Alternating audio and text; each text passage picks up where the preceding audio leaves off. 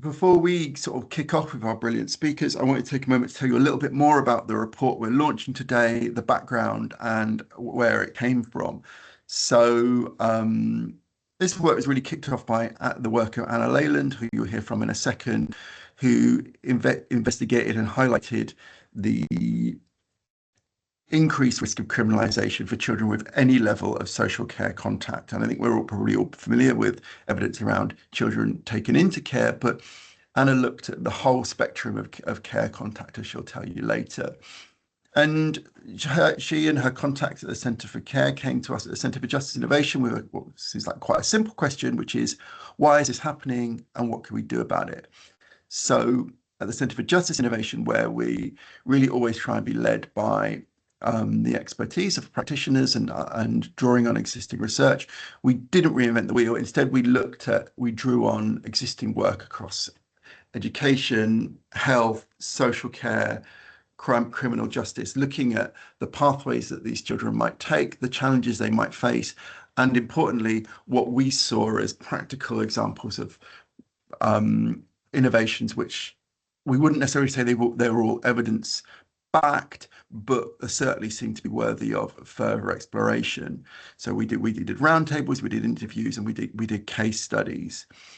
And I should say as well that in covering such a broad range of topics, we really had to just dip our toes in the water. So if there's anything here that you know a lot about, you'll probably find you know more about it than us even at this point. But we are really grateful to everyone who shared their expertise with us. And I see many of you here today, and thank you so much for all your help and for joining us. Next slide, please.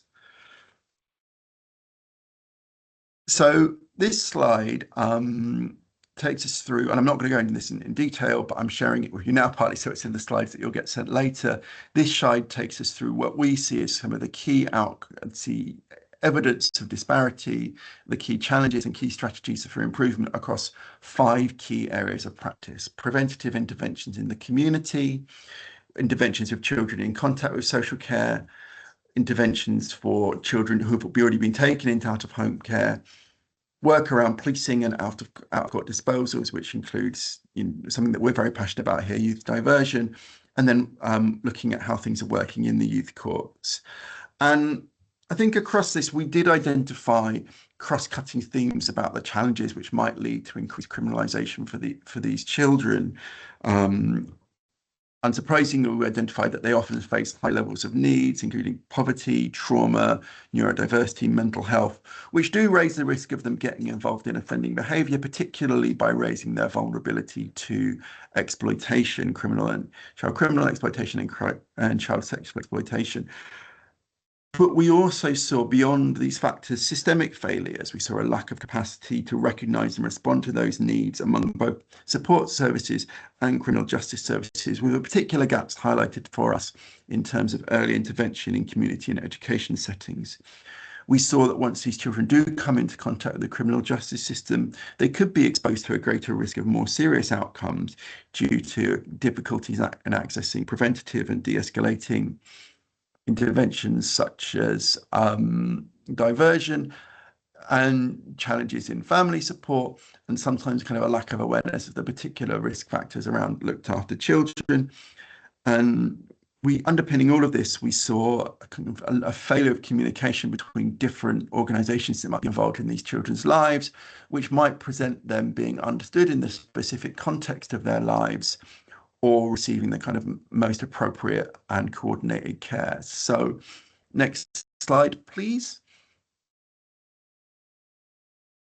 We did take away, there's lots of individual strategies and examples of good practice in the report, but we did take away 4 key cross-cutting lessons. First of all, we saw a need to invest in prevention, investing in support.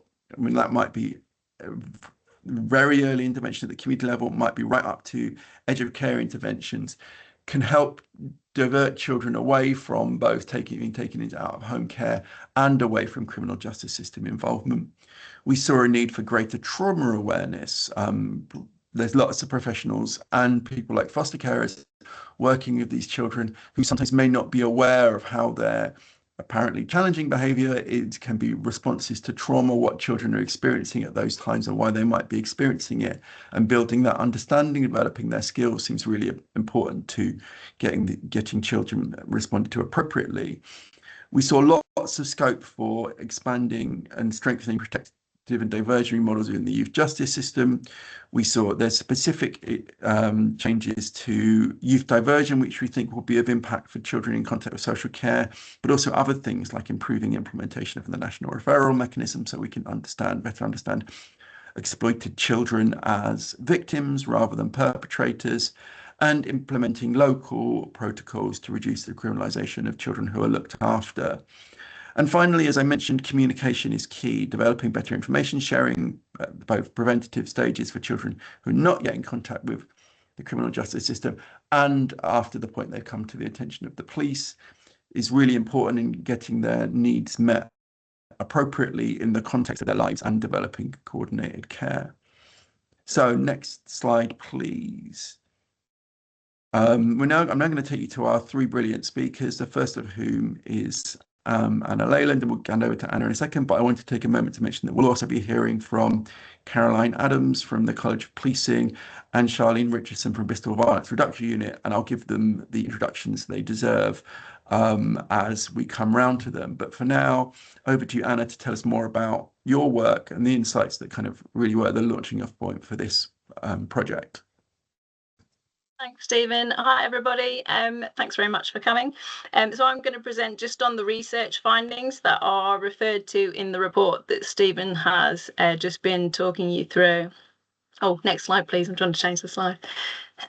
Thank you. Oh, and just to say that I'm now at Manchester Metropolitan University, but this work was carried out at the University of Sheffield. So I'm going to, in my talk today, just give you a brief overview of children involved with the care system, just talking about who I mean when I'm talking about that during my presentation, and what we already know about this group of young people. I'm going to then talk through the research findings from the project, so looking at the criminal justice outcomes for children who have been involved with the care system. And then I'm going to give my first ever live demonstration of a data dashboard that I recently created with a colleague, Callum Webb, and it allows comparison between local authorities in terms of kind of performance in these areas. Next slide, please. So when I'm talking about children who are in the care system, so I'm talking about children, any child who has had a social worker in childhood. So this includes children who are referred to as a child in need, and this is typically children who are supported at home by social workers. Also, I'm talking about children who are on a child protection plan. So they may still be living at home as well, but there's a slightly higher level of concern from social work teams and more of an expectation around changes that need to be made in the family. And I'm also talking about children who have been in care or who are in care, and that means they've been placed in an out of home placement. Next slide, please. So if we look at that as a kind of increasing level of intensity of intervention from social work teams, then we might look at it a little bit like this. So we have a group who have no contact with social care at all. We might have a group who have been referred, but they don't actually have any intervention from social work teams because perhaps they don't meet the threshold for need, or perhaps the referral wasn't appropriate for social workers. And then we have the child in need group, who are, again, they have a social worker, but they remain living at home. And then we have a group who are child in need, but they also have they're on a child protection plan. And then we have the group who we would consider child looked after. So they are perhaps living out of care, or they've had some periods of time out of care. Next slide, please. So a little bit about the background of what we know about children in the care system. We know that children in the care system are more likely to have experienced adversity or traumatic events in childhood. And on the right-hand side, this is from last year's assessments by social workers of referrals to social work teams. It's about 300,000 assessments last year. And these are kind of the 10 most common things that were found in the household by social workers when they were doing their assessments. And you can see here that many of those things we would consider to be adverse childhood experiences, or we may expect that they might have caused some trauma, or they might expose children to some traumatic experiences. What we also know about children in the care system is that they're more likely to live in households or communities that are in poverty. And we know that there's a connection between both of those things and some of these adverse circumstances, but there's also a connection between poverty and social work intervention rates as well. So if we could move on to the next slide, please. So other things that we know about children in the care system, we know that compared to children outside of the care system, they have worse outcomes in many areas, and this includes in education, also in their health, and also their well-being, in which I include mental health. I won't go into detail of that, but there's some references at the end of the slides for anyone that's interested. We also know that children who have been in the care system are overrepresented in the criminal justice system. And we do already know that, so it seems strange that I'm presenting new research in that area now. But typically when we look at outcomes for children in the care system, most of the research will be around children who have had time in care, and actually many children will never enter into out-of-home placements. So that's kind of, if we move on to the next slide, actually. So that's kind of the area in which my research maybe adds value to what is already known. So it's looking at these groups in the middle. So those who have been referred, but they have no further action, those who are child in need, those on a child protection plan, and also looking at those who are looked after, because it is a really important group.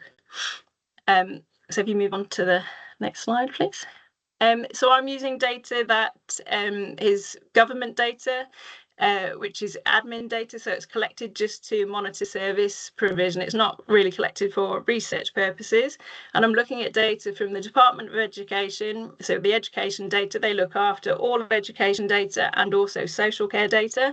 And it's been linked to Ministry of Justice data. So that's all the justice data, but particularly the police data in this case. So the group of children I'm looking at were born in the mid to late 90s. It's 1.7 million children. The education and care data runs from 5 to 16, which is important, as many people that work in this area will know. It means we have no data on social care data for under 5s, which is a bit of a flaw of this study. And the justice data runs a bit later, so runs up until the point where the children are in young adulthood, so between 22 and 25. And I won't go into the details of the analysis because it would be deadly boring, but the analysis was really robust and was trying to really pinpoint the effect of the social work intervention, which is coupled with the kind of exposures that child may have had, to try and really see what the effect of that is having on young people's outcomes. So in terms of this 1.7 million sample, as you might expect, the majority are having no contact with social care at all. So 86% had no contact, 7% have a referral but receive no intervention. 4% are their highest ever intervention is as a child in need. 1% their highest ever is on a child protection plan, and 2% their highest ever intervention is as a looked after child. So in the care system, obviously, children are having a whole load of different experiences over time, and so many people will have been a child in need and maybe on a child protection plan and then gone into being looked after. But if that's the case, I've grouped people as to the highest ever intervention that they've had. On to the next slide, please. So we're asking our first question. We want to know, are children in the care system more at risk of involvement with the criminal justice system? Next slide, please. A quick one. Okay, so this is, the formatting's got a bit off here, sorry. This is telling us the risk of having one or more criminal caution or conviction for children in the care system by early adulthood. So all groups are compared to the no social care system. group. And so we would say here, if you can read it, it's on a little bit squiff on my page. But so, for example, the group who were referred to social care but received no intervention were 1.9 times more likely to have a criminal caution or conviction than the no social care group. So you can see as you go up the kind of ladder in terms of the intensity of the social care intervention, then the risk of having a criminal caution or conviction is also going up. So when we look at the child looked after group at the top, they're 4.2 times more likely to have a criminal caution or conviction. Next slide, please. This one might be quite squiffy, yeah. So this is a slightly more complicated graph, so I'll just run through to explain what everything is showing. So the heights of the bars is telling you the proportion of that population who have a criminal caution or conviction. The colour of the bar is telling you whether it's all children in green, dark blue is boys, and light blue is girls. And then the little numbers on the tops of the bars, so each of the care system group is compared to the no care system group on the far left. So, for example, if we look at all children, the green bar for the referral only group, you can see it's telling us that it's 1.9 times more likely to have a criminal caution or conviction than the green bar, the no social care contact group. There's a few things that I wanted to point out here. One is that you can see as the kind of social care intensity is going up, we can see that the bars are getting bigger over time, and that's true for both boys and girls. You can also see that the boys' bars are much higher than the girls, so more boys are offending in general than girls, and that's something that we see across all populations and internationally as well. But you can also see that the little numbers on the tops of the bars, particularly for girls who are shown in light blue here, those numbers are larger for girls than they are for boys. And so that's showing that although fewer girls are getting in trouble for, getting a criminal caution or conviction, but actually the risk that they're experiencing, if they are in the care system, is higher than what you're seeing for boys. Even though we've got more numbers of boys offending, there's something in particular about girls in the care system where they're experiencing this really increased risk, and it's showing in the rates at which they are having criminal cautions or convictions. Next slide, please. So next, we're asking, are rates of criminal justice system involvement for children in the care system equal or different across the local authorities of England? Next slide, please. Oh yeah, formats. So now, so this is telling us the differences in the outcomes between local authorities. So there is quite a difference within the same care system group, but across local authorities. So, for example, in the referral only group, the sort of best performing local authority has 14% of children who have a criminal caution or conviction, and the worst performing local authority has 22%. And you can see as you go up, the next one is 8 to 29%, then 14 to 43%, and then 20 to 62%. So we're kind of getting bigger gaps as we go up the ladder. And next slide, please. And this is the same information, but just shown on a map. But I'm going to hopefully show you the dashboard in a minute, which will allow us to explore this a bit more.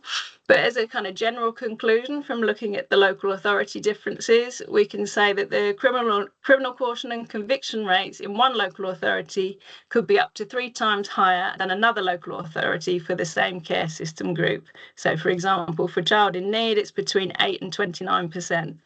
And on this map here, it's showing the national average, which is 19.5%. Anywhere that's near the national average is shown in white.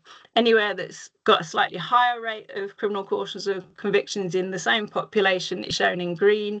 And anywhere that's got a lower conviction rate is shown in dark blue. If you could just go to the next slide, please. So now we're going to have a go at doing the demonstration. So if I share my screen, I don't know if you have to stop sharing the slides.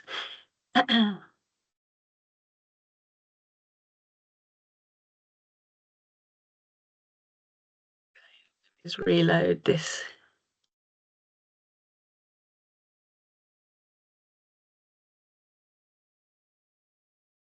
This is an app that we've created using the local authority data from, there we go. So is that showing, Steve? I can see you on the, yeah, okay, brilliant.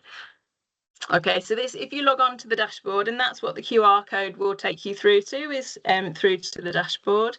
This is the welcome page for the dashboard. Gives a little bit of a blurb. These are the two options of what you're able to do on the dashboard. You can compare local authorities, or you can choose one local authority you're really interested in and do a deep dive on that local authority. But I'll just show you here. There's also, if you scroll down, there is this how to use the dashboard, and that just downloads a PDF which talks you through how to use the dashboard. So first of all, we'll compare local authorities. So this is page 1. You can download the how-to instructions here as well. A little bit of information about the data. And then the first thing you're able to do, you can make lots of selections as you go through. So you're able to select the care group that you're interested in. So in this case, we'll look at child in need. This is kind of about whether you're looking at raw numbers or the adjusted numbers that take into account lots of other factors. So I would always recommend looking at the adjusted numbers. And then here you can select as many local authorities as you want. We'll just go through and just select a few.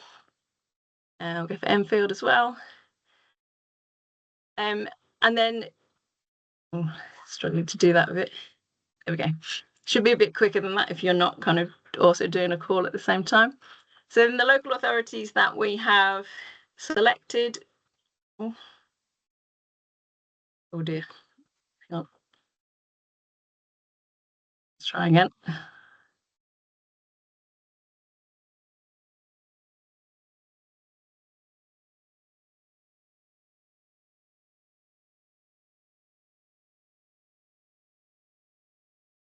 Okay, hang on. I think it's having a bit of trouble. If I stop sharing that one, I can share a pre-recorded one. 1 second. It does take quite a lot of power to run the dashboard, which is why it was struggling there. Okay. Probably made different selections here, so I'll just have to talk over what I was doing earlier. So this is selecting the local authorities, and the ones that you select come up on the, this is a forest plot, comes up as yellow on this to show that you've made the selection. So I've selected their Birmingham, and it's showing you the rate of criminal causes or convictions in that local authority in the group that we selected earlier, which was the child in need group. And then you can also see when you hover. So that's the best performing local authority there, Hammersmith and Fulham, 7.8%. And it goes up to the worst performing, which is, in this case, North Lincolnshire, which is 28%. And you can hover over any of the dots and kind of find out, but typically you might want to know about 1 or 2 local authorities of interest. And it shows you the difference between your selected, the child in need group and the no care system group. That's a little bit of information about the plot there. And then this is the same information shown in a map. It just depends how you like to look at your information. The local authorities you've selected are outlined in pink on this one. National average is shown in white, worst performing local authorities in yellow, better performing in greeny blue. And you can hover over the areas. You can also zoom in on this one. I think when I tried to zoom in for this example, it wouldn't do it, but it allows you to, particularly for London, that's really helpful because it's a cluster of local authorities. Then as you scroll down, you're able to either have just the options that you've made in terms of the local authorities you're interested in, and it's also the all of England is shown as the kind of comparison as well. Or you can select to show all local authorities, which is helpful for the table. And you can then make order the table, so of whatever you're interested in. So you might want to group by region or police force area. You can also do it by deprivation or through care system intervention rate. And then it orders it in the way that you are interested. And then if you scroll right to the end, you can generate a report. So that takes on board all your selections, and you can download a PDF report that show your selections. And then the local authority deep dive is a little bit different. Again, you can download the how-to instructions. That's a bit of information again about the data. You can make here just one selection of the local authority, and you can also, if you've got a comparison local authority that you compare yourselves to, you can select that one as well. Gives a little bit of information about your local authority of interest, and then it's just showing you a little bit like the one we looked at in the presentation, your local authority compared to all of England and your comparison local authority in terms of the rates of criminal cautions or convictions. This one is showing the care system involvement rates, which are different again across the country. The rates at which, for example, people are referred or are child in need or on a child protection plan or are looked after.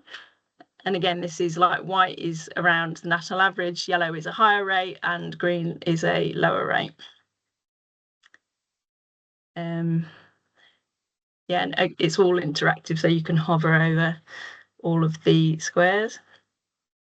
And this one is a bit different. You can select by region, police force area, or it will randomly match your local authority to a similar local authority that has similar levels of deprivation and is a similar kind of urban or rural area. And in this now, instead of comparing to the national rate, it's comparing you within, for example, that police force area as to how your local authority is doing. So here is the police force area. So that's, depends who you work for, what you're interested in what you would want to select. And again, you can generate a report, which is a download into your downloads folder, which is a PDF of all your selections, and then there's a blurb around all of your all of the figures as well. There we go. If that stops sharing. That's it. Next slide, please. Oh, and yeah, that's just to help you link through to the dashboard later. But yeah, need a little bit of oomph in your computer. So yeah, next step wise, I would be really interested with working with anyone if they wanted to either use the dashboard or look at their local authority rates and kind of use it somehow in terms of service planning or feedback within your organisation. Also, I'm interested to see whether it's possible to use admin data as part of a service evaluation. And at the moment, foundations have got, which is a combination of various work centres, have got an open call for funding for evaluations of services around several areas that will be relevant to lots of you. And if anyone is interested, they look at partnering between academia and services. And so if you've got data on something that you've been running for a period of time and you might be interested in kind of doing an evaluation of it, then please do get in touch. I'd be really pleased to chat with you about it. And next slide, but I think that's probably it from me. Oh, these are for you to look at later. These are references from other people's work, and on the next page, references from my work, so you can have a read through, and my email address is there again, so please do get in touch. Okay, and that's it, I think.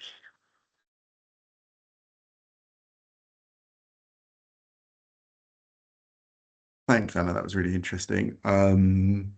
And just to remind you, if you do have any questions for Anna about the work she's presented, pop them in the Q&A and we'll definitely pick them up in the panel discussion at the end.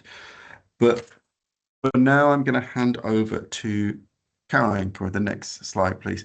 So Caroline is a senior program manager at the new Centre for Violence Against Women and Girls and Public Protection within the College of Policing. But we're going to ask Caroline to dig slightly more deeply into her tawdry past and the 35 years that she spent as a police officer within Sussex Police. During that time, she worked within neighbourhood policing, child protection, youth offending, and then was the head of schools policing.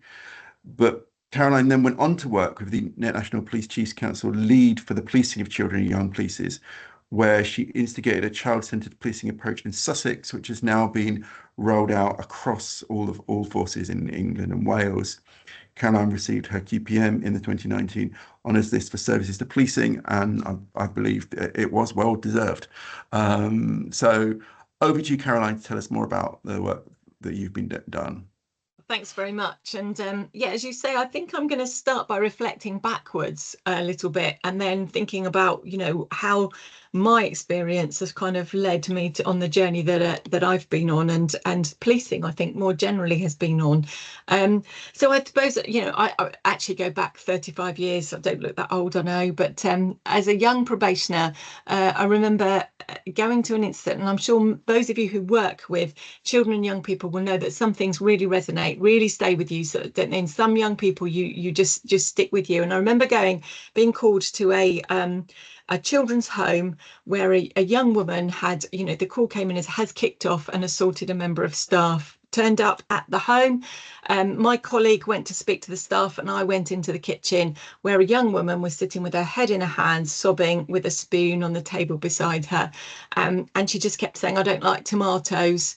And I said, "What's happened?" You know, and she told me this story about the fact that the care worker was making shepherd's pie for tea. She didn't like tomatoes. She asked her not to put tomatoes in it. She was ignored, and tomatoes went in it. That made her really angry. She got really upset, and she threw a spoon at the care worker. The care worker called the police. We turn up. My colleague then comes back in the room and arrests her for assaulting the care worker. And I was really flabbergasted by this whole scenario. As a young officer, this felt wrong to me. This didn't feel like this was the right and proportionate way of dealing with this incident. And that really stayed with me. And, you know, I had that young woman's voice in my head a lot. You know, "I don't like tomatoes." This was all about not liking tomatoes, was where this kind of started from. And I felt, you know, from that point on, from a policing perspective, we really need to think about, and we went on a bit of a journey as to, you know, the police should not be involved in incidents that, were they to happen in my home with my children, the police wouldn't go anywhere near it. And how do we go about looking at our process and systems to make sure that that doesn't happen? And so, you know, I worked with other colleagues in Sussex who were like-minded colleagues who started to think about, how can we do this better? How can we do this more effectively? And we started to create a multi-agency protocol, because working with our partners in other agencies, we needed to find a way that we could not unnecessarily criminalise young people in the criminal justice system. You know, I've just heard the data that, you know, actually we needed to reduce those incidents which were unnecessary. That's what we needed to get rid of, is the unnecessary element. So that protocol then went on to be, you know, we worked with other colleagues in Surrey, I think some might even be on the call, to look at developing a regional protocol, so that could we actually do this more regionally? We've done it in Sussex, could we do it across the region? And that then went on to lead into you know, evidence that we gave to Lord Laming's inquiry when he looked at how to prevent the unnecessary criminalisation of children in the care system, and produced his report, In Care and Out of Trouble. But things were still, they were still happening. So we'd got, you know, he'd made lots of recommendations. We'd got this regional protocol, we'd got a local protocol. How do we then look at taking this further? And so then there was a cross-government department protocol to actually look at this as well, because it's needed to start with, how do we get different people from different agencies to come together to really talk about this and to think about how to do this. And so it was a, you know, DFE, Home Office, Ministry of Justice protocol, really good piece of work. And during that time, I was also then working nationally as the staff officer for the Children and Young Person portfolio within the National Police Chiefs Council, working with the lead at the time, Chief Constable Olivia Pinkney.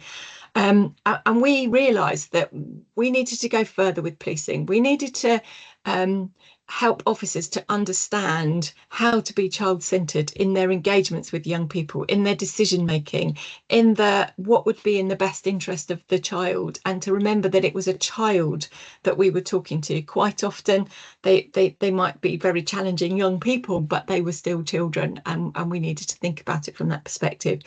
So we worked with the Children's Commissioner and UNCRC, and we created a set of principles looking at a children's rights approach to what policing could do in this space, and produced our child-centred policing principles and a best practice framework, where we did lots and lots of training and input across the country to really get forces to start thinking about shifting the dial upstream, thinking about what does prevention look like, how do we prevent some of this harm from happening. And one of the phrases that really stuck with me is how do we encourage officers to be curious and not furious, and to actually think about what's led to that young person being where they are, what was the context and what were the circumstances around that. And so policing have been on that journey, thinking about adverse childhood experiences, how we can police children and young people more effectively. And there's been a lot of change in place, and I'm not saying by any means that it's perfect, but it's on a journey. Policing is on a journey. And I think one of the big significant areas of work is a recognition that a lot of children and young people who are victims also commit offences as well. But actually, we need to really look at them from a perspective of the victim first, and think about the circumstances that have led to them being where they are, and being, a real understanding around exploitation and coercive and controlling behaviour, and what that looks like, and how we recognise that and what we do about it. So I kind of took that journey with me, and retired from being an officer in that role, and have moved into the College of Policing, where we've recently brought together several programmes together to think about what does a central national approach to a kind of vulnerability and public protection look like. And I've just finished developing a national strategy for vulnerability and public protection, which really takes that journey that I started from, with my thinking about, it's all about the tomatoes, all the way through to thinking about what difference could we make. And so within this strategy, we're very much thinking about what does that journey from the kind of the front door of policing to the specialist really look like, and how do we support victims in the most effective way we can to help and support victims in that space. And then what does our multi-agency partnerships around prevention look like, and how do we really think about getting upstream and thinking about preventing harm in the first place, and what can we do differently to be able to do that, and how do we prepare as staff in the right way, with the right training, the right information, the right knowledge, and the right tools to be able to do the best job that they possibly can. And then there's something about pursuing those suspects who commit the most harm, and actually really focusing and shifting the culture from where we have been a little bit about trying to prove whether a victim was a valuable victim to actually focusing on the behaviour of the person who has offended. And then obviously, lastly but not least by any means, is how do we support victims more effectively? How do we provide a trauma-informed, victim-centred approach to policing? And obviously, children and young people come all the way through this journey. And so we're really optimistic that we're going to be able to take those very kind of early principles of child-centred policing and really stretch them across to a policing approach for all those who are victims and who need our protection. So that's kind of a bit of a taster of where we've been. I'm really pleased to see the results. I probably need to put my glasses on, but I was looking on your screen to see, well, what's going on with Sussex, and I was thinking there's some nasty colours there. I'm not sure about that, but actually it's been a journey, and I think policing is very much on that journey, and the one that I've kind of been on myself is where policing is too. So I think it's going the right way. Still plenty to do. There'll always be plenty to do, and there'll always be people that need our support and help, but I think we are moving towards being in a better place. So I will stop there. Thank you.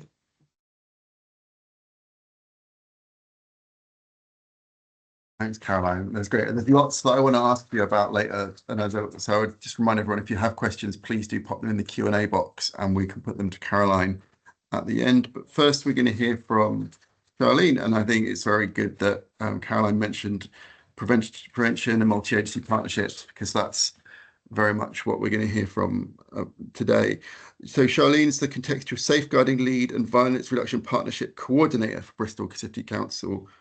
Her background is youth and community work with over 20 years experience, and she spent the last 6 years as a safer options manager developing Bristol's multi-agency response to reducing children's vulnerability to extrafamilial harm, so exploitation, and peer-on-peer violence, trafficking, knife crime, county lines.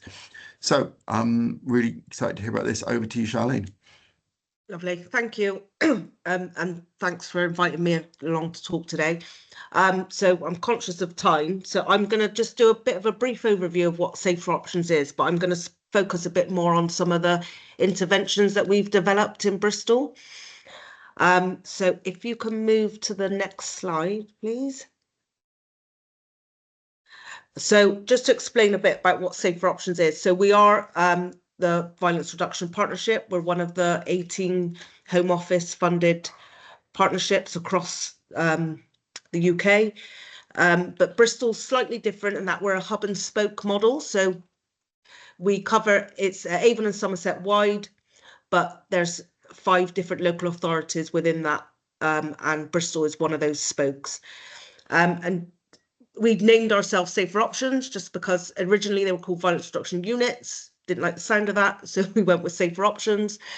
But the work kind of, it's a devolved model. So we've kind of incorporated lots of different initiatives and forms of extrafamilial harm. So we come from a public health approach, looking at that prevention, early intervention, and the root causes of serious youth violence and exploitation.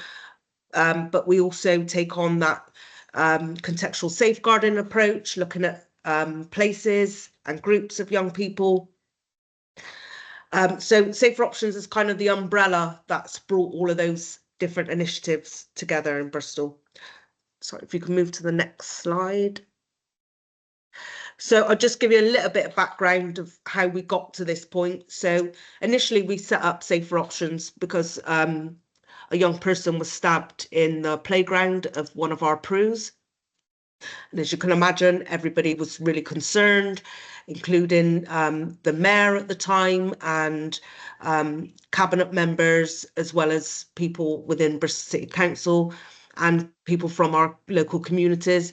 So they all went up to Glasgow to have a look at what they were doing. Obviously, they were going through using the public health approach. They thought it was great, came back to Bristol and went, right, we need to do something similar here. So that's kind of where I kind of got involved in this work. And as time has gone over, the work has developed, evolved, expanded. Originally, we were just looking at serious youth violence and criminal exploitation in one particular part of Bristol. And when we've had serious incidents happen, different case reviews, we now span all forms of exploitation, so criminal and sexual and extrafamilial harm around serious youth violence, and we cover the whole of Bristol. Sorry, can we go to the next slide? So main aims really, and kind of a lot of the work I've been focused on over the last 6 years is taking people along this journey with me, particularly within our own in Bristol City Council, and bringing in that non-traditional safeguarding. Obviously, the history is that social workers focus on harm within the home. So we've had to do a lot of work with lots of different professionals about looking at what's going on outside of the home.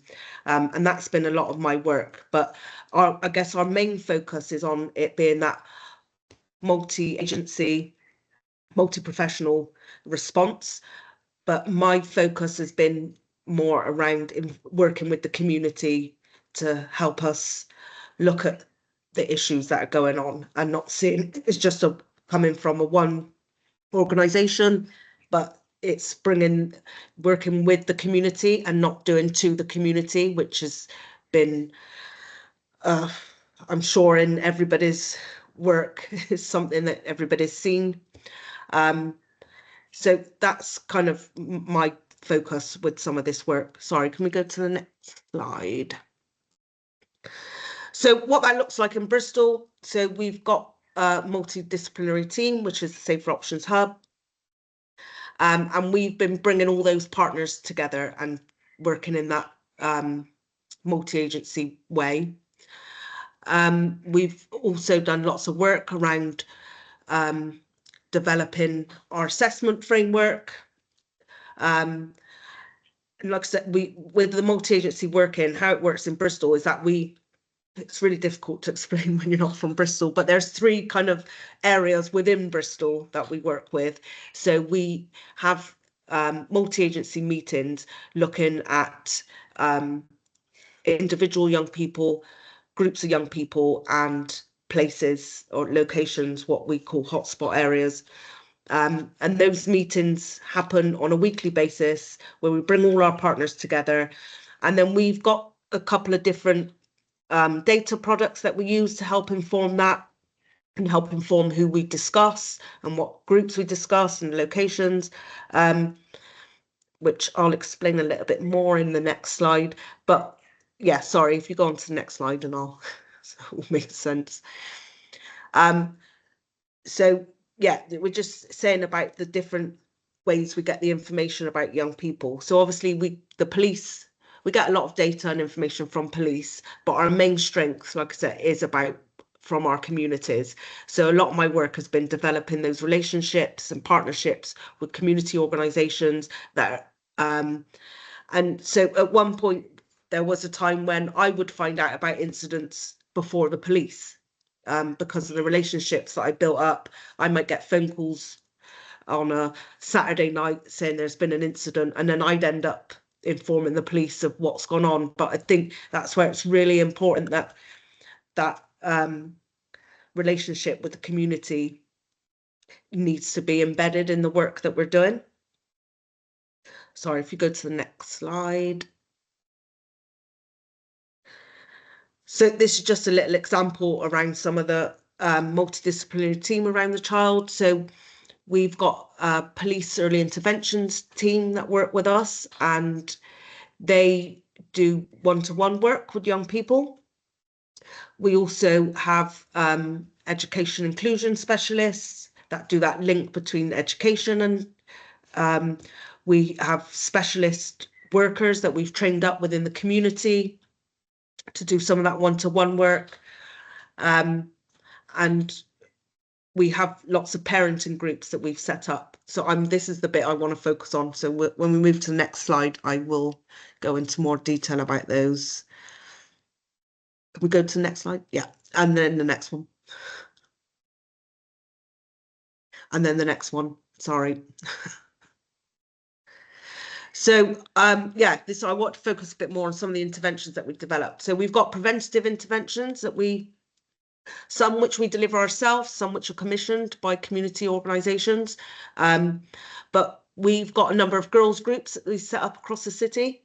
I think a lot of the time our girls are unseen and missed. And I think, Anna, you did say some of this in your presentation. So we do a lot of work with girls. Sometimes these are girls who were in relationships with some of the young people that we know were involved in serious youth violence or being criminally exploited. We have a lot of that we have got girls that are actually involved in serious youth violence, but again, like I said, they're quite unseen and actually sometimes not taken as seriously as when we know that there are groups of boys. We have education inclusion workers, again, that link between education and exploitation. I'm sure everyone's very aware. I'm not going to go over that, but that increases the risk when young people are excluded. So we've done lots of work developing relationships with schools to get that early information, that early intel about young people that they're worried about. And we've done lots of training with school staff around how to identify young people and what the steps are to make sure that those young people are receiving some kind of intervention as early as possible.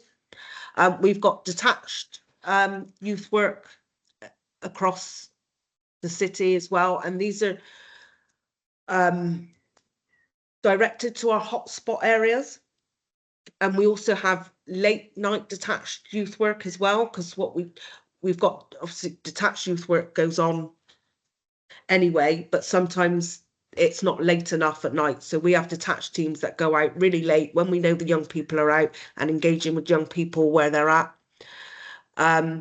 We do a lot of prevention workshops, particularly in youth settings and in schools, around raising awareness for young people as well, so they know what signs to look out for if they're potentially being groomed, where to go to get help.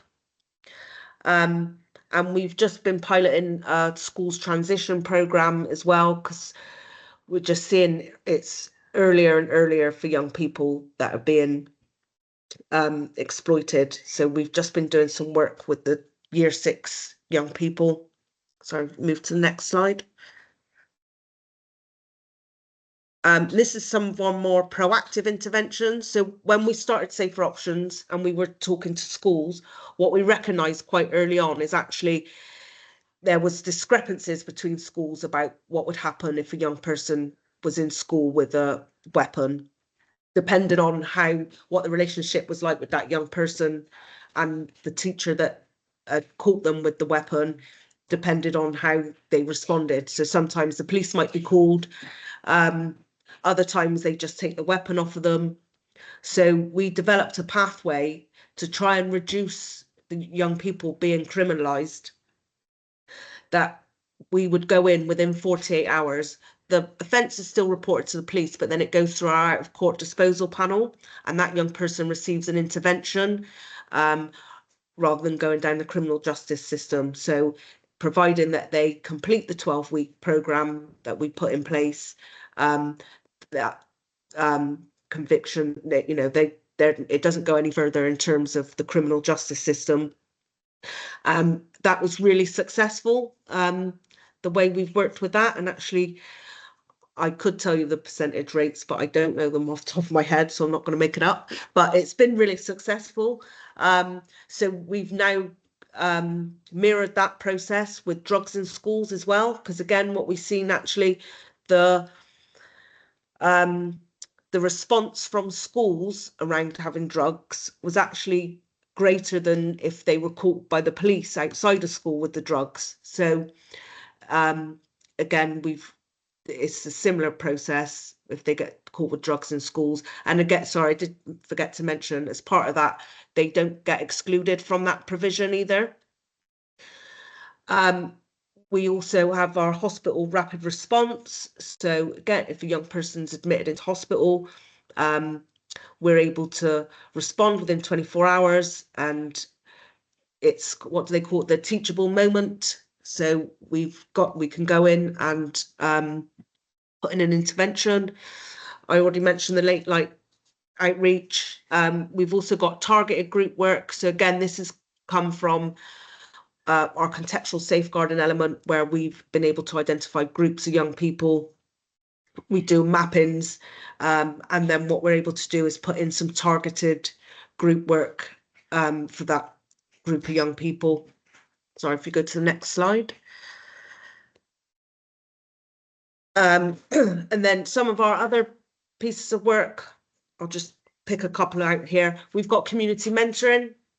So we've now got over 25 community organisations that sit on this framework, because again, what we noticed when we first started doing this work is actually these young people, some of them weren't known to statutory services because it was that outside of the home harm. But when they were involved with statutory services, the cohort that we're talking about would not engage with the social worker. So we've worked with our community organisations. So we've got people from their own communities who some with lived experience. So they're more likely to engage with those workers than they are with the social worker. So we've done a lot of building capacity within those organisations, trained up people from the community to then be able to provide that service. We've got parents groups set up, again, doing some of that raising awareness. And this came about because actually we identified some core peer groups, and those parents weren't aware of those other friendship groups. So we kind of brought those parents together, and now they run that group themselves. And we've kind of been copying that in different areas across Bristol. If you move on to the next slide. And yeah, a lot of the work, it is around the participation, voice and influence of communities and young people. So we have a number of ways that we do that. There's lots of community meetings that we attend, that communities invite us along to talk about the work, but there's also community meetings that we've set up. We make sure we link in with young people and get their voice. So every year we have a youth voice conference. And we have a 10-year strategy. It's just being reviewed at the moment. But again, that's had a lot of input from communities and young people and parents. We go to the next slide. So, of course, all of this work comes with challenges and lots of gaps. So I'll just pick a couple of these out as well. So disproportionality is something that we see all the time, and it's quite a challenge, particularly for us around our Black boys. And when we look at the statistics, we see that, yeah, more of our Black boys are involved in the criminal justice system or linked to serious youth violence and exploitation. But we also see a lot of this with our children in care, who come with additional vulnerabilities, and a lot of SEND young people. One of our other challenges is about access to services, particularly around our Black boys accessing counselling services. So we've done a lot of work with some of our existing counselling services that we use to kind of develop and be more cultural competent in the way that they approach working with young people. And then if you go to the next slide, I think this is my last one. So like I said, this work is continuously evolving and expanding. And finally, we've got to a point. So I just mentioned it's me and 2 other workers who are the Safer Options Hub, have been for a long time. But as of 2 weeks' time, our team is going to be expanding, and we're actually going to have an additional 16 people join the team. We're going to have some key workers who will be able to go out and do some of that one-to-one work. And thanks, Stephen. And we'll also have some dedicated social workers who will then be responsible for doing all our complex strats around the cohort that we're working with. So yeah, hopefully we're moving in the right direction, getting a lot more investment. And yes, we will continue to develop new pathways, expanding on our community engagement, because like I said, with this, I think, again, with the community engagement, because we are funded through the Home Office, and I'm sure at some point this money is going to be targeted elsewhere. So it's around that sustainability and building capacity within our communities, and that's something that we just continue to do. That's it from me. Well, that was brilliant. Thank you so much. really interesting, and lots of things that I want to ask you about, lots of things that even I've asked you about before that I want to ask you about again, because I think they're so interesting. But we're getting questions coming in. We've got some questions about early intervention. We've got some questions about the particular dimensions of Anna's data set. We've got a couple of people trying to get hold of particular speakers, and I won't put those in the chat, but I'll pass those messages on after the session.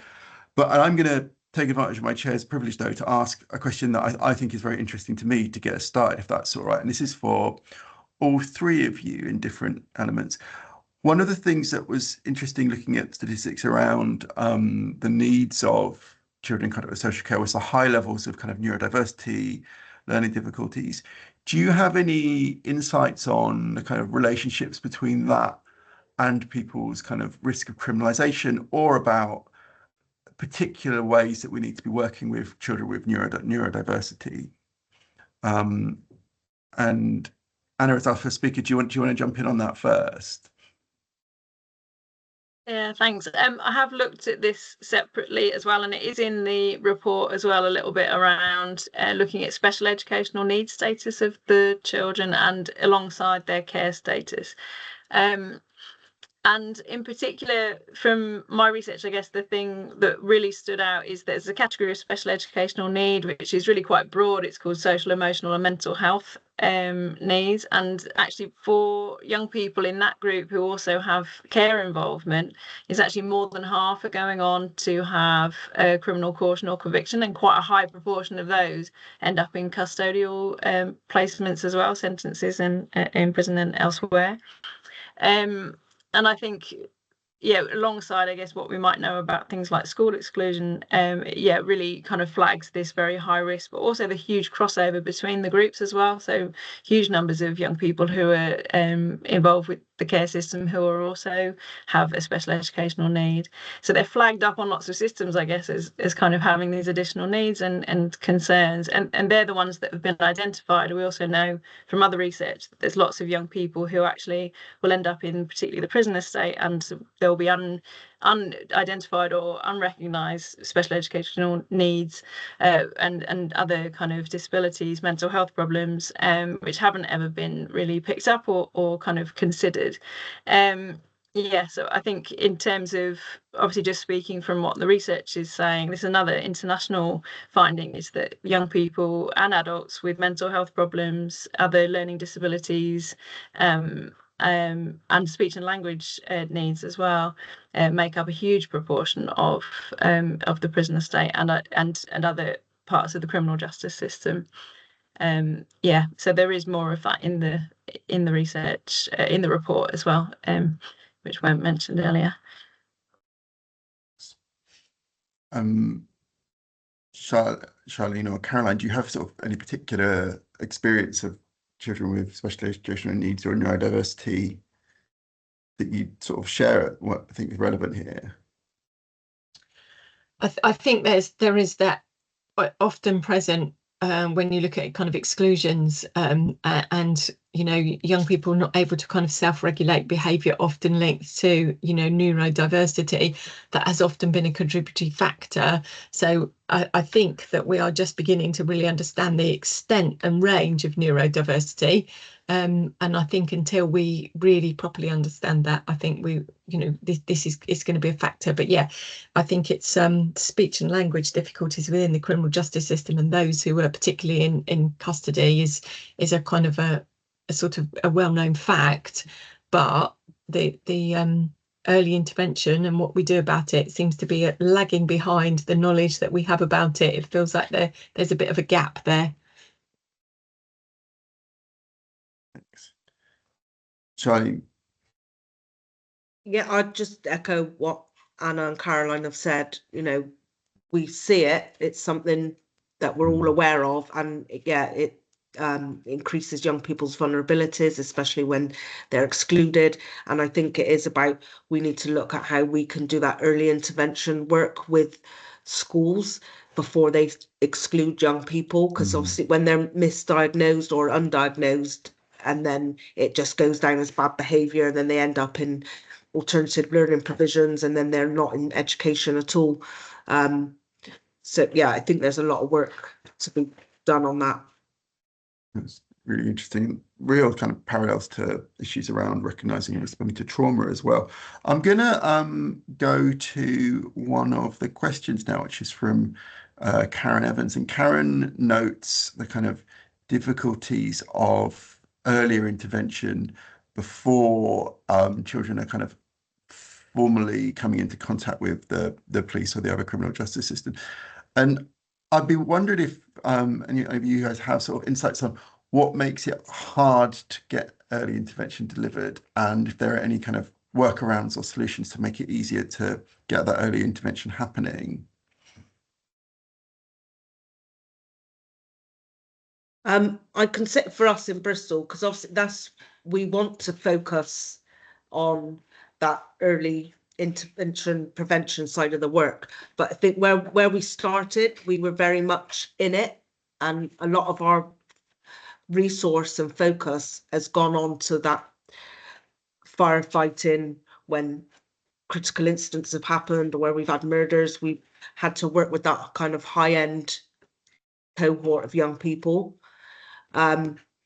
So that's why we've been piloted, trying to do some of that stuff really early on, looking at working primary schools. So I think a lot of it does come down to doing that work as early as you can and raising the awareness with young people.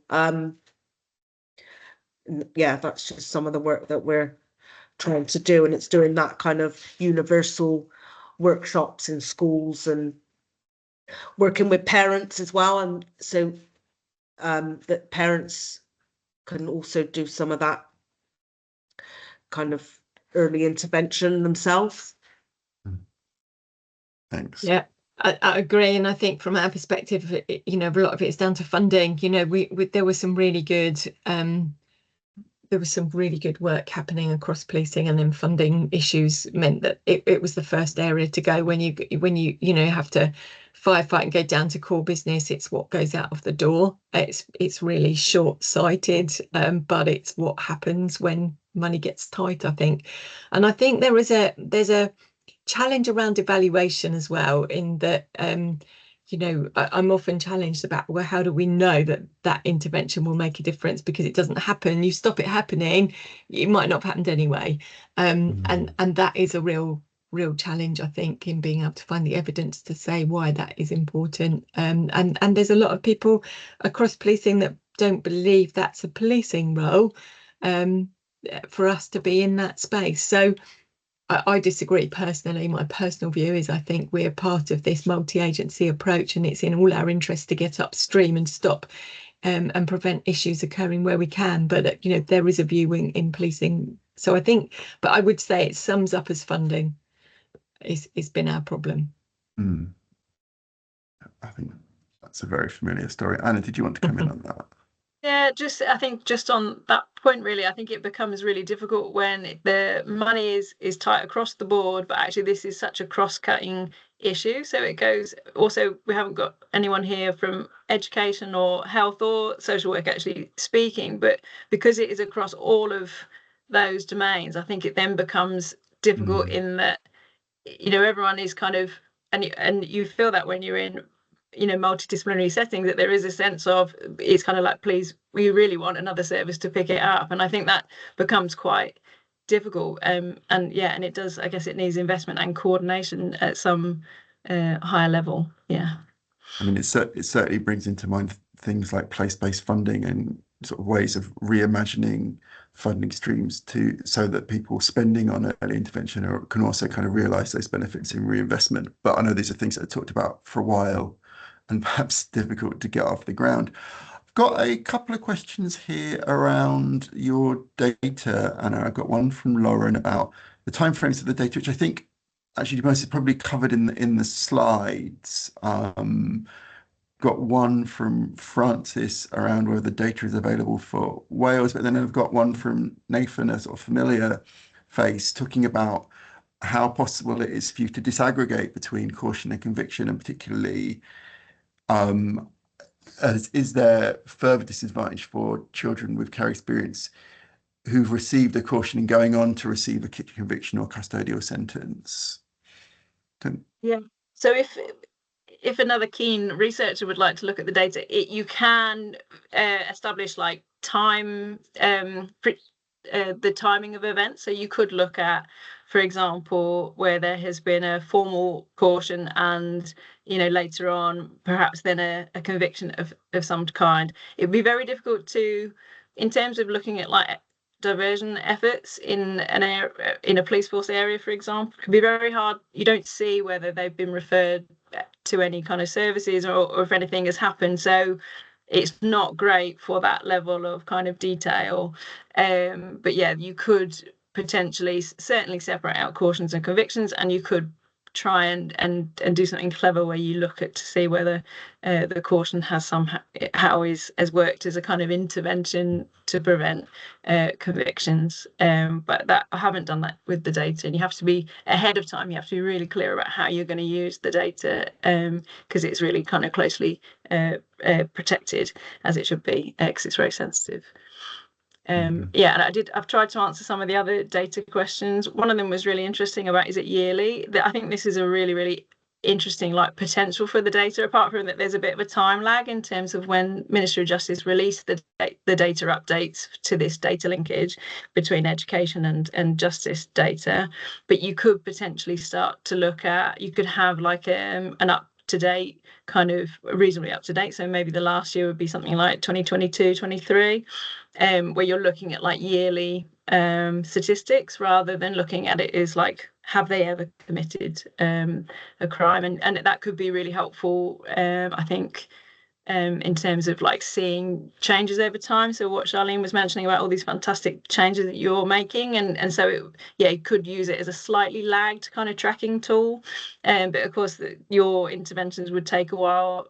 You would expect anyway, take a while for them to kind of see any effect. So that could work really neatly. But again, that isn't, as yet I haven't done that, and I don't know of anyone else that's done that with the data. Thanks, Anna. I see we've got 3 questions from Glenn, which is sort of forgivable given how helpful Glenn was in some of the roundtables that have informed this work. So thank you again, Glenn, and you've earned yourself a pass. But I'm going to focus on one of them in particular.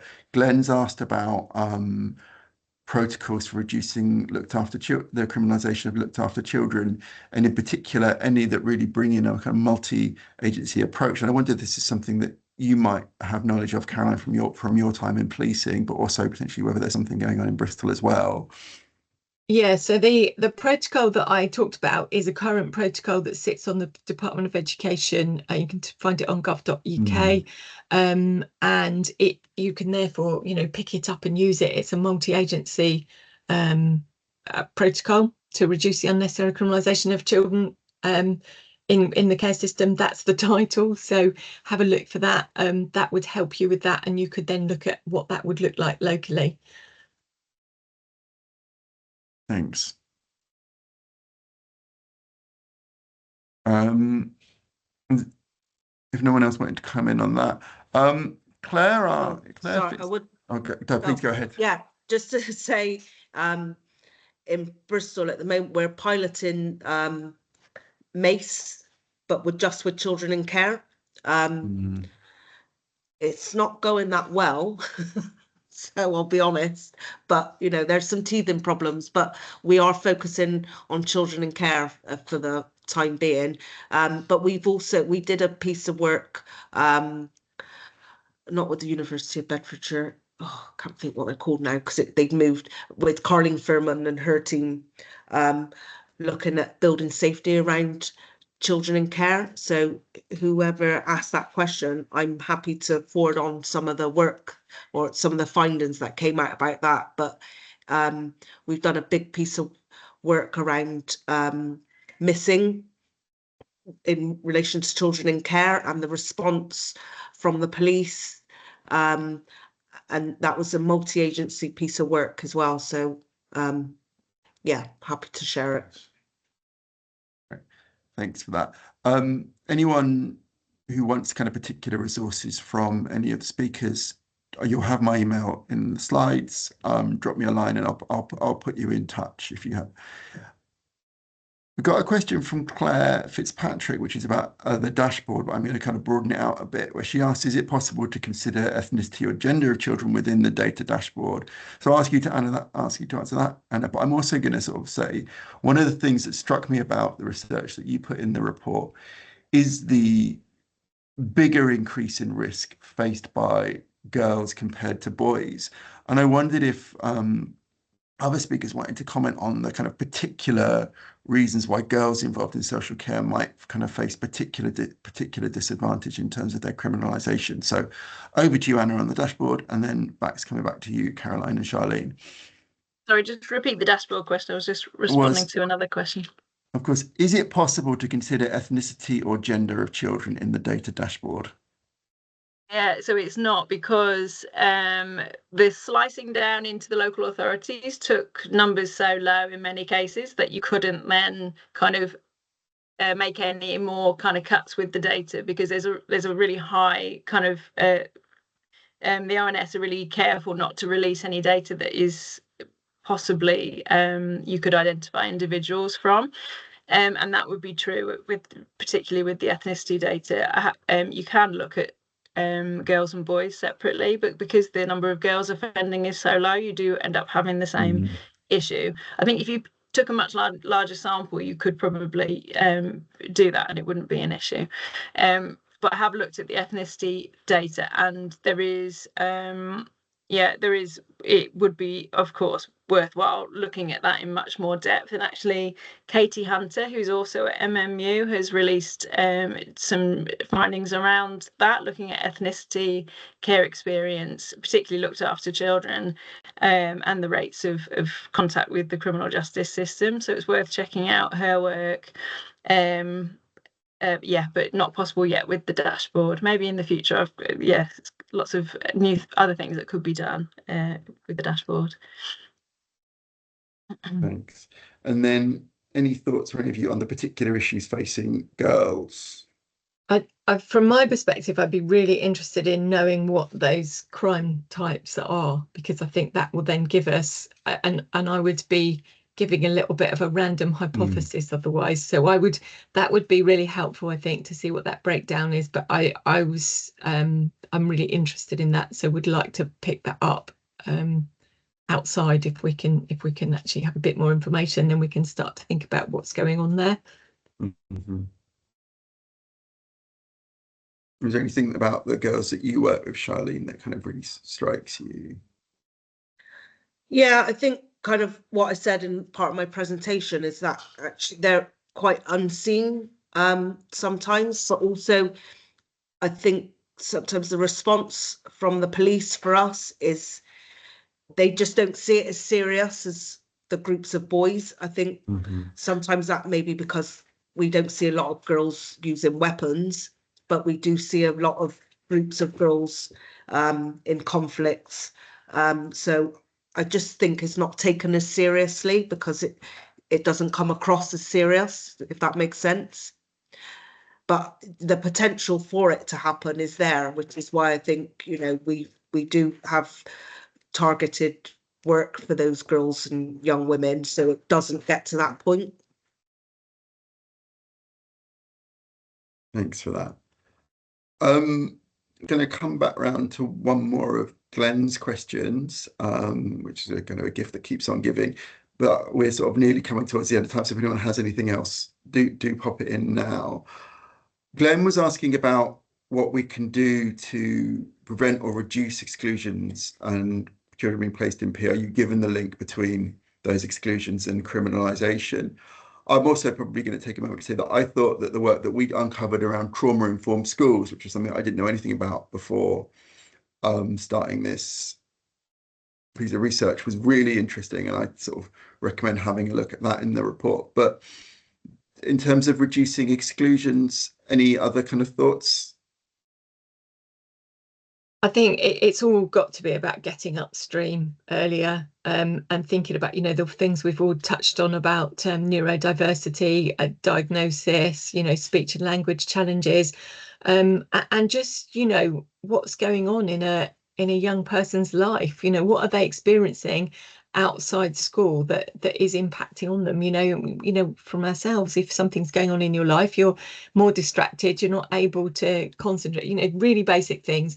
And I don't know if we do enough of that kind of holistic, where's that support? You know, schools are up against it in you know what they're dealing with, and there is a general level of concern from schools about the volume of what they're trying to manage and deal with within schools. So it just feels like more support, really. Thanks.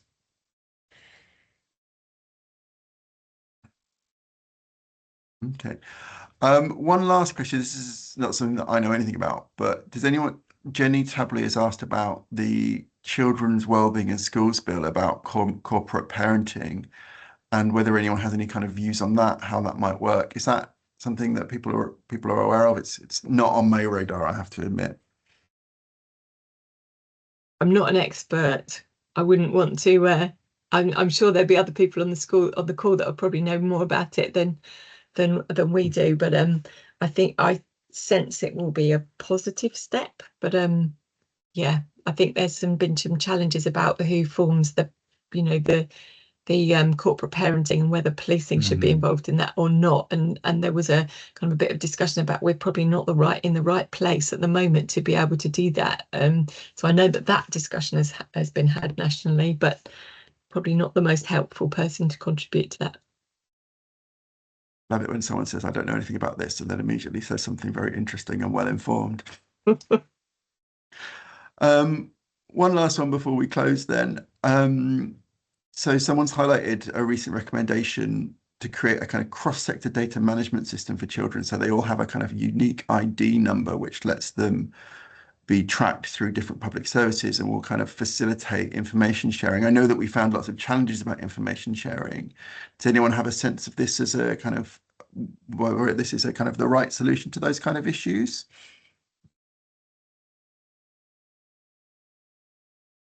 I mean, sorry, Caroline. I was just going to say that, you know, as children move across the country, you know, we lose track of them. So actually, if it addressed that issue, that I think would be really helpful. Yeah, can we make it work is the question, isn't it? And how much is that going to cost to make work? And, you know, there's been talks about the people's NHS number being the obvious, already identified number to kind of use in that space. So I guess we wait and see. Obviously, from a research point of view, this is something that people are kind of crying out for. But I think really it needs to be a benefit to the public. That's part of the reason why you would create something like this. I think it was actually in the Labour manifesto. I don't know who Michael CF is, but that they were going to create this ID. But yeah, I mean, it would offer a lot of potential, and if it existed, I suppose you would hope that you could do a lot to use the data to be helpful for practitioners and also for the young people as well as they move through their lives. So yeah, but I know there are at least one person who have done some data linkage on the call, and I think yeah, the idea of this actually, you know, it's so complicated to negotiate these sorts of agreements. So yeah, I think we're probably 10 years off something like this, I should, in reality, which is a different government most likely, isn't it? Anyway. Thanks for that. Did you want to comment on that, Charlene, before we close? Well, then, I mean, that's probably enough, certainly from me, not quite enough from these other three speakers, but we'll draw this to a close here. Just before we go, I want to sort of stress that both the Centre for Justice Innovation and the Centre for Care are keen to keep working on this agenda, keep bringing things forward. The Centre for Justice Innovation in particular, we've got ongoing funding to support local areas in implementing strategies like youth diversion, child-centred policing. So please do get in touch if you want to explore this with us. And I know that Miranda's put my contact details and contact details of others in the chat, and they'll also be on the email that we send around later together with the slides and the report. I know that we've also given you the website for the dashboard, and I think you could probably reach Anna through there if you have any questions about that or by her research. And I know that Faye Benskin from the Centre for Care is really interested in taking forward the care side of this work and looking into those recommendations. So if that's something you're interested in exploring, please do kind of get into contact with her. But from my perspective, oh, and also I should highlight that in that email that we get in, there'll also be a feedback form, and we would love it if you could complete that. They mean more than you can probably realize to people putting on events like this. So thank you very much in advance. Yeah, it only remains for me to thank these three brilliant speakers, to thank all of you for giving up your lunch hours, and on a day when there's no other interesting criminal justice news, it's great that you could all be here. Thanks, everyone. Thank you.